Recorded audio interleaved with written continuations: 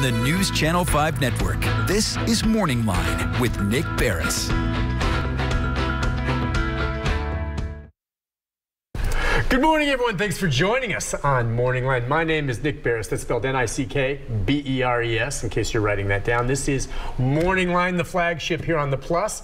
And we've got a great show for you on this morning. We're going to be talking with one of our regular guests who joins us to basically help you take your phone calls this morning. If you think you have some issues with medical malpractice, a doctor, a hospital, a treatment that didn't go right, it's your chance to get into it. Or you can sit back and listen to this morning. You can call us.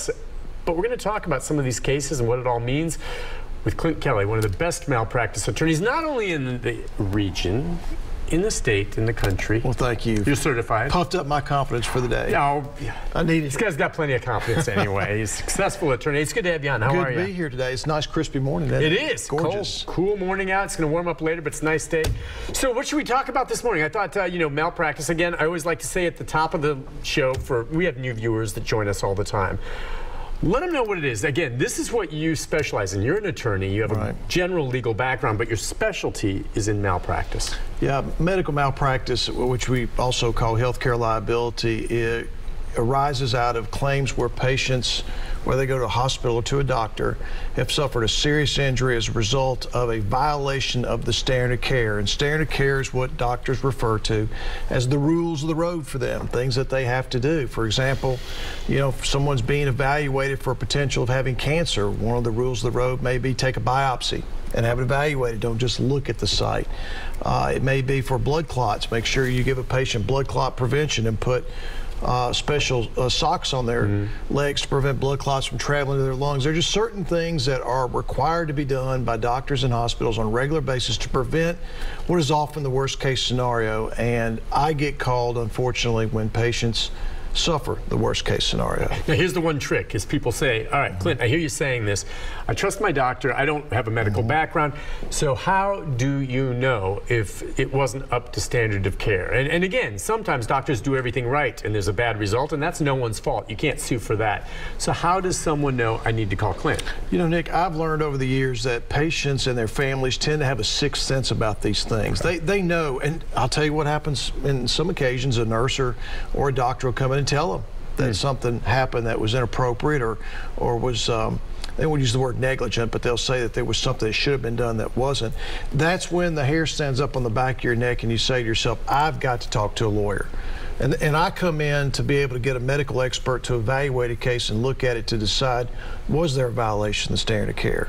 And once I have that, because I'm required by law to present that evidence, then I can take the patient's case and go forward in litigation. Again, so long as the injury itself is sufficient where the jury will look at it and go, we need to compensate this person. Yeah, sometimes there's malpractice and there's not, fortunately, the patient recovers. There's no real damages. So you can take on a case where a patient's going to need money down the road because of what happened to them. And Nick, a big part of my job, and I enjoy it, is I get patients who call me, who think they might have a claim, and they'll tell me this is what happened, and I'll have to do kind of a mental evaluation to decide, is that claim viable? Is it something that I can present to a court? Can I get an expert to support it? And all these patients have one thing in common. They've all been hurt. There's different kinds of hurt.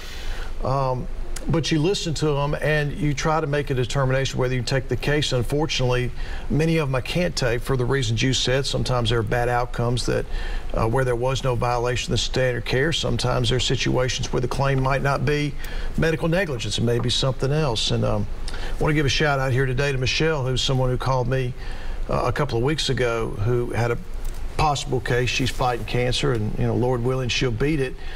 She had a case that was really not a medical negligence case, but was likely a workers' compensation case. Okay. But I don't mind, as part of my job and part of my joy, to give advice to patients and give them legal advice, because that's what lawyers are supposed to do. Sure. And it's all free. No, and you do a nice job with that. If you don't take the case, you explain why. Absolutely. And maybe refer them like you did with her.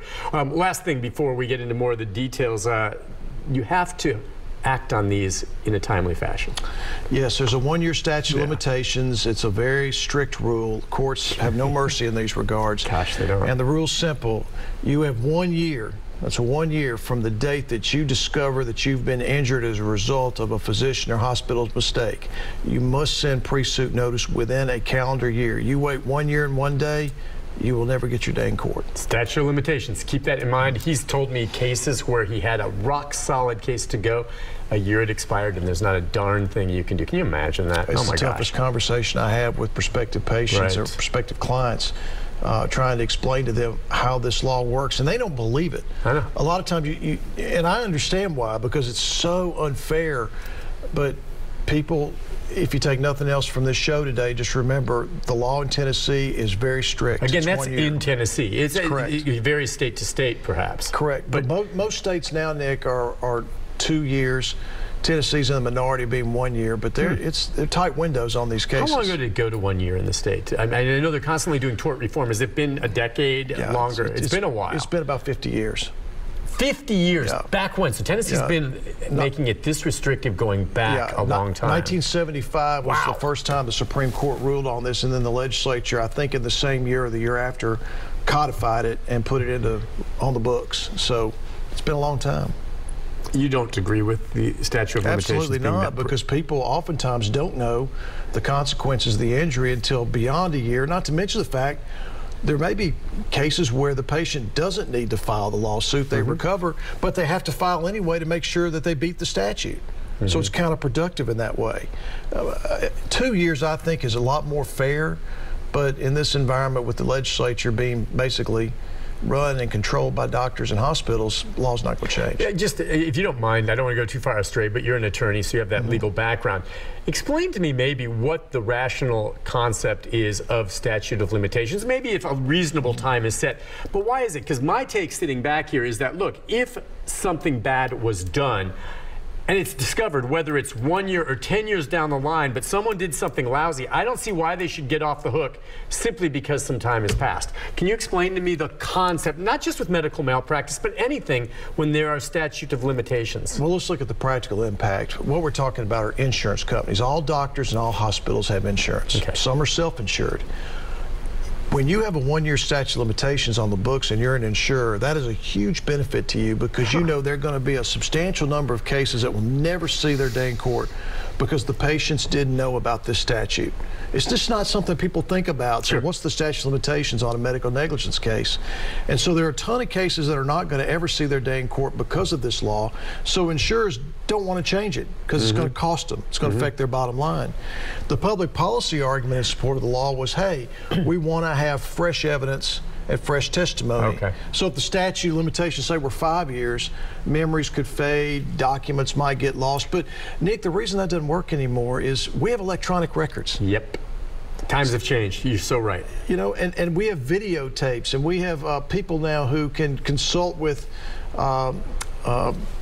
medical charts, electronic charts to recover their memory or refresh their memory. There's just no reason anymore to sustain a 1 year statute of limitations other than to protect the insurance companies from having to fight or defend more claims. Yeah, you're right. And you're referring to civil cases, which are mostly malpractice cases, but I refer even to statute of limitations for criminal cases. The only crime that doesn't have statute of limitations, as far as I know, is murder. Correct. Okay? But I mean, if you do something horrible and it's found criminally, years later, statute of limitations, you walk. And I'm not sure I understand that, except for your argument that, all right, look, if we're going to pursue this, we've got to have fresh evidence. But if you know, sometimes, like you said, now you can go back a ways. DNA is salvaged for years. You know, I mean, anyway. And we have repressed memories now in some of the sexual assault cases, which is starting to change. That then something sparks it, and it comes to the surface. You realize what it was, and it's like. I guess which side of the camp are you on? You're on the camp that decides that we want people to have their day in court. To have a shot at justice? Or are you on the side of the camp that says we want special laws that protect certain people that are tied to the time, and if you don't make the deadline, you don't get your day in court? Whichever camp you're in, that's going to decide how this whether or not these laws stay on the books. Yeah. Hey, listen, the number is 737-7587. Before we go to our first break, I want to talk just a little bit about some of the more common types of cases. Some of our viewers may be thinking, oh, I wonder if I should call in this morning. You know, I've got this in mind. But I was making a list, you know, before you came on. I hadn't done this in a while just to see what the most common malpractice claims are. And, you know, it's everything from misdiagnosis right near the top or delayed diagnosis, failure to treat, prescription drug errors. I know you've had some of those cases, surgical or procedural errors, childbirth injuries. Yes. Trauma. That's a biggie. And you say there's some new ones. What, burns? Burns. We're starting to see a lot more cases with burns because surgeons are using more equipment now that either it's electric or radiation that have the effect of cauterizing wounds or helping them during the procedure rather than using, you know, scalpels and knives. These devices burn patients. There are also certain types of treatments that involve the use of microwave radiation, and patients are getting burned in these procedures. The burns are easy to prevent. You just have to be careful about what you're doing. Yeah. But they can be substantial because these people are under anesthesia. Most of the time they wake up and they've got third-degree burns on their back or on their chest, and they're like, what in the world just happened to me? And burns are so difficult to deal with. I mean, you're talking about constant, unrelenting pain for days, weeks, often even months. Having to put grafts on, which is artificial skin harvested off your leg. Yes, permanent scarring, itching. Itching. I mean, I could spend a lot of time today discussing with you the tragic consequences that go with a burn, and they're so preventable, they're foreseeable, and yet they happen, and they're happening more often, unfortunately. All right, I know you have one case we can talk about on that. Other things, you've got some there. Yeah. There are some new developments with regard to litigation and some of these assisted living or nursing homes and COVID. I know you've been in touch with our I-Team reporter, Jennifer Krause, I believe. So there's some new developments there. We'll talk there. And we can take some phone calls. If you have a question or comment about some of these conditions we're talking about, you see the number on the screen. Clint Kelly, he's a malpractice attorney, medical malpractice attorney. We'll be back with more right after this.